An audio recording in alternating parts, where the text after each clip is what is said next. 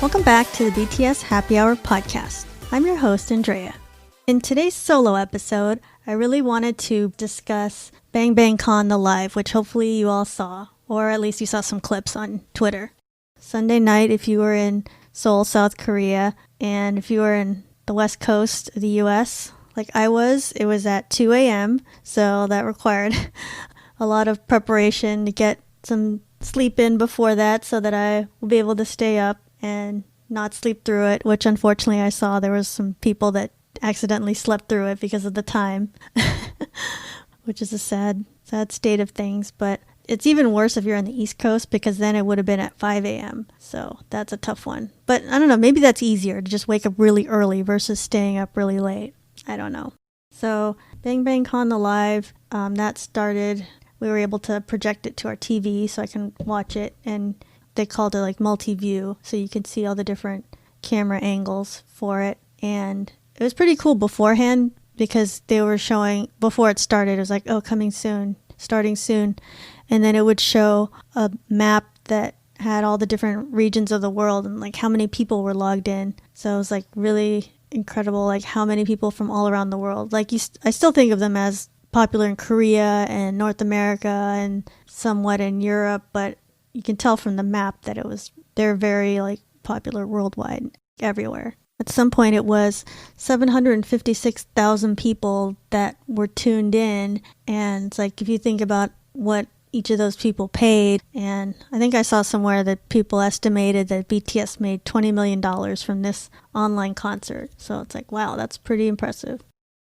And as far as the cost of it, I know that it was going to be $26 for Army members and $35 for non-members, and I don't know how much of each are who paid, but I wonder if it's a problem for Big Hit that there's illegal streaming out there, or I know there's some famous people, I don't know, well, maybe not famous is the right word, but it's like people know who the ones are that put up the websites that have the paid content that they're streaming for many other people who didn't pay. So I don't know how much of an issue that is for Big Hit, but it seemed like in the week before Bang Bang Con the Live, there was a lot of shutting down of sites like that or pages like that or streams. I don't know how they do that, but they can find people that are putting up the paid content and they somehow take it down. So I just don't know how much of an issue that is for Big Hit, but I mean, it's the same thing for anything digital. So it's like the movie companies have to deal with that and TV shows have to deal with that. I'm sure there's a lot of people seeing it illegally, like probably, I don't know, millions. Maybe not millions, but a lot. It's completely fair for Big Hit to protect their intellectual property, and in the ideal world we'd all respect it, because this, productions like this cost a lot of money for staff and equipment and just to be able to do it at this level. And I hope people realize that it's if you can try to support Big Hit legally, do so. But either way, you'll see people complain about the price regardless. And it's like sometimes it's like, yeah, I can see what you're saying. They charge for so many things and you can't buy everything. You can't get all the merch and everything that you'd want to get. But you have like $1 million, $2 million that people just gave to charity last week. But also at the same time, you're saying, I'm not going to pay for a legit Big Hit product from this band that we do support. We say we support. So I just want people to kind of think about that. And maybe it's more of an issue of priorities. So my advice is to just make sure you're spending your money wisely towards things that bring you happiness and bring you comfort, and they're going directly to benefit people that you want to benefit. They performed 12 songs. That doesn't sound like that much, but it felt like a lot of things happened, and there was a lot of content constantly happening. So you were never bored while watching this. And I think it was a very full show. They started off singing, well, first they had a Galaxy commercial, so that has BTS in it. And then the first song they started with was Dope, where they started singing in this pink hallway, which looked like, I don't know, where they live is what it was supposed to represent. And so they walked down that hallway, and then that led to a stage. The next song that they did was Boys with Fun, which I wasn't that familiar with. It's one of their older songs, but it seemed like a really fun song and like a good kind of beginning of a concert kind of a song. So that I thought that was really fun. The next part was a break. They kind of went to the main set, which was kind of like a couch and just like a casual kind of room. The next song they sang after that was Like, which is another one of the early songs, but it's one I know pretty well, and I've seen them sing it in the Armypedia episode on YouTube, so if you saw that. Except this time they used Galaxy S20s, and they were like holding them on selfie sticks, so you could see all the different views of each different person as they walked around the room. So that must have taken a lot of coordination behind the scenes to have all those ready to go and live streaming at the same time. I like all the different little things they did to make each set unique and a different experience. They weren't just like, let's just do 10 songs in a row standing here, or let's just do 10 songs in a row on this set and wearing the same clothes. Like they would always be changing it up, so there's something interesting to see. And then after that, they performed Just One Day with the chair choreography. So that's like one of the best older videos, I think, because they have that like classic choreography in the chairs, and that was something they haven't performed in a while either, so that was a nice throwback to see. And then after that was kind of the commercial break, and then they had a couple of these throughout, which I don't know if people disliked it or liked it, or I feel like it's kind of necessary because in a live show you need some kind of break so they can prepare for the next scene. And these are commercials. It's like I never see these commercials anyway, so it's something new to me. The fact that they're promoting all of these products, I mean, that's totally fine.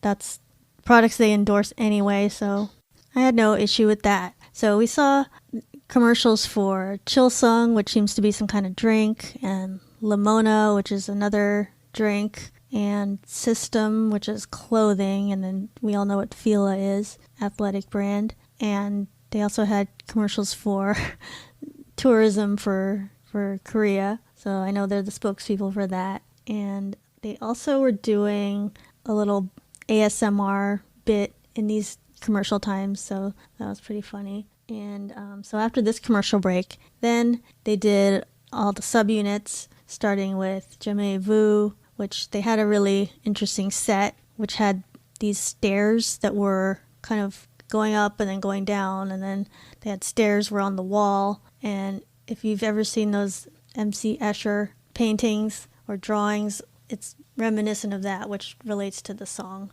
Jamevu is when you are, you've been in that situation before, but it feels strange because it seems like the first time you're seeing it.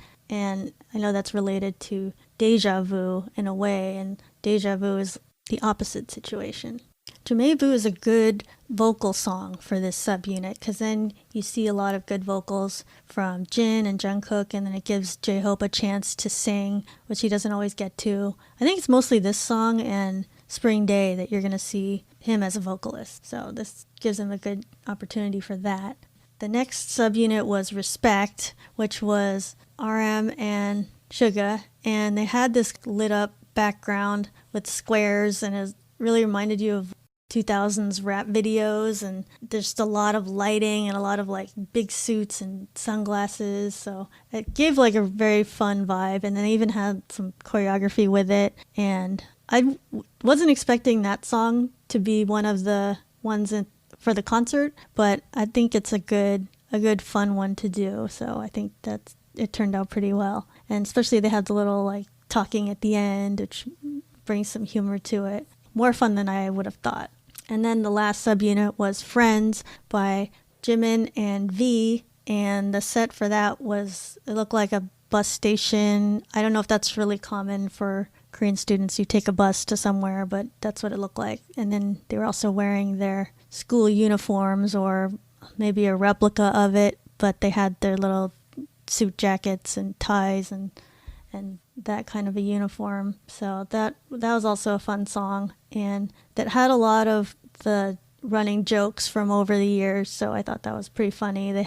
They held up the like pinky fingers to compare because of the whole joke about how Jimin has like little tiny pinky finger, and they had their dumplings that they pulled out of their backpack as a prop, which reminiscent of their big dumpling fight that one day years ago. So I thought that was a good reference, and everybody's army would get it. After that, this was a kind of a break time. They went back to that main set and were just kind of like chit-chatting a little bit, and I think they were waiting for V and Jimin to change clothes after their performance. J-Hope hands out the friendship bracelets that he made for everybody, which was on a V Live or a Bangtan Live. I can't remember which one, but he made these for everybody and then handed them out, and yay, that was fun. And then the next part, they just had kind of like shortened versions of Ugh and 0 O'Clock. So it was good to hear at least a taste of it. I think they're probably planning on the full versions at the concert.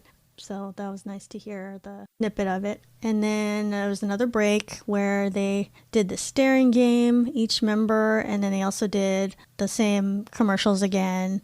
They performed Black Swan, and it was kind of the same as we've seen before with the choreography, but just different clothes this time. And so that was still good to see. I mean, we only saw it a few times like a couple months ago, so that was a good performance too. After that, it was Boy With Love. They had changed the set for that. They brought this very lit up wall that it looked like just a bunch of giant light bulbs that were lighting up, but later on you could tell on a close-up, it was like those are all army bombs that were making up that wall. So I don't know how they did that, but they somehow made it so all these army bombs were lighting up this wall, and they did the whole Boy With Love dance with, it was still similar, but then they had these umbrellas that lit up that were part of the beginning part of it. That was a good change to Boy With Love, which you've seen many times. So of course they have to try to think of something different because they're going to still perform that song at the concert. This is getting towards the end, but then they performed Go Go and On Pom Man, and those are always really fun ones at the concert. Pom Man, that one. At the last concert, they didn't even have like the choreography anymore. It was just, they would just play around on the blow up slide and everything. So they kind of just went back to doing what the choreography was. These were pretty fun. These are like songs, I didn't expect them to do both Go Go and Pom Man because they're kind of the similar category to me. So I thought they would just do one or the other, but yeah, maybe they're wanting to do more of the upbeat songs at the concert next time. They did their closing comments, each person talked, and basically they were talking about how it was really frustrating to not be able to perform on the real tour, but you know, this is the closest that they can get to, and I think it really worked out because this had a lot of really good production values, and it's one of the better shows I've seen there's been a lot of musicians that, you know, had performances online, and some of them were paid, some of them weren't, or they were for charity or whatever, but this one had one of the best production values, and you could definitely tell they put a lot of work into it. With all the camera angles and all the technical parts of it, it was a lot of effort. So yeah, their comments were basically, you know, they're frustrated too that they can't perform because that's a big part of their jobs is seeing the audience and being able to perform, and they don't get as much satisfaction, I'm sure, just from performing in a empty room somewhere. But, you know, it's good that they were able to see comments as they're coming in, and everybody's still connected online. So I think it was a reasonable substitute for now. So they did their closing comments, and then the very last song was Spring Day, which they haven't performed in a couple years, so I was kind of surprised that they brought that back. But yeah, that was really good. It's one of their classic songs. Like, I don't know if you're newer to BTS, maybe you're not as aware of how big that song is, but it's always on the charts because people are always listening to it and always bringing it up, and they continue to buy it. It's very popular still. I think of it as, for Taylor Swift, how All Too Well is like her biggest song, her like most powerful song that everybody's like, oh yeah, universally everybody loves that song. It's kind of like that for her, and she doesn't perform it that often. I think it's like she saves it for special times. So I think this is a similar thing, like for Spring Day. It's like it's for very special occasions. So, but it sounds like they're going to perform it at the concert. So I think they've probably thought, okay, enough time has passed. It's not like overplayed and it's time to bring back this like favorite of everyone's. I always like hearing Spring Day. It has like one of the most mesmerizing videos if you watch it. And it has really good choreography too. So that was Bang Bang Con the live. I thought it was a really good show and definitely worth the money, and hopefully Big Hit got what they were hoping for as far as audience numbers and money. I mean, I want them to make a lot of money, so hopefully they did. And you could tell there was a lot of moving parts to this, and a lot of, I mean, this is not an easy show to do. It's like people are singing and dancing the whole time and changing clothes and, you know, dealing with selfie stick phones as part of it. And you also have to look not nervous or not awkward. And they just seem like such professionals that they can do a 90-minute show like this and look totally relaxed and dancing easily. And you really didn't see any mistakes or anything that went wrong. Like if you watch any live show in America, like let's say like American Idol finale show or something, there's always something that goes wrong. Like, oh, someone's on the camera when they shouldn't be, or someone says the wrong thing, or your teleprompter fails, or stuff like that. But this show, it seemed to go really smoothly, and I think that's a testament to Big Hit and how organized they are, and BTS for being as professional as they are. And I think it was a great show. So hopefully you'll be able to see it if you didn't already. And we'll be able to get back on track scheduling the tour for next year. I mean, it's looking like probably 2021 at this point. And hopefully that doesn't totally ruin whatever they had planned originally, because we know that Jin is supposed to go enlist soon if that's supposed to happen. This doesn't interfere with what the plan is for that. Or maybe he's getting an exemption. I don't know. But hopefully we can find out soon and we can actually see the Map of the Soul 7 tour once concerts are being scheduled again. And so I'm pretty optimistic that that's going to be coming up soon. We have that to look forward to. You can find BTS Happy Hour on Apple Podcasts, Spotify, Google Play, Stitcher, Podbean, Castbox, iHeartRadio, and YouTube. New episodes weekly. Please comment, leave a review, or rate wherever you're listening to the podcast. Follow us on Facebook. Search for BTS Happy Hour Podcast. Follow us on Twitter @OurBTS. Until next time, this has been the BTS Happy Hour. Thanks for listening, and remember, make every hour a happy one.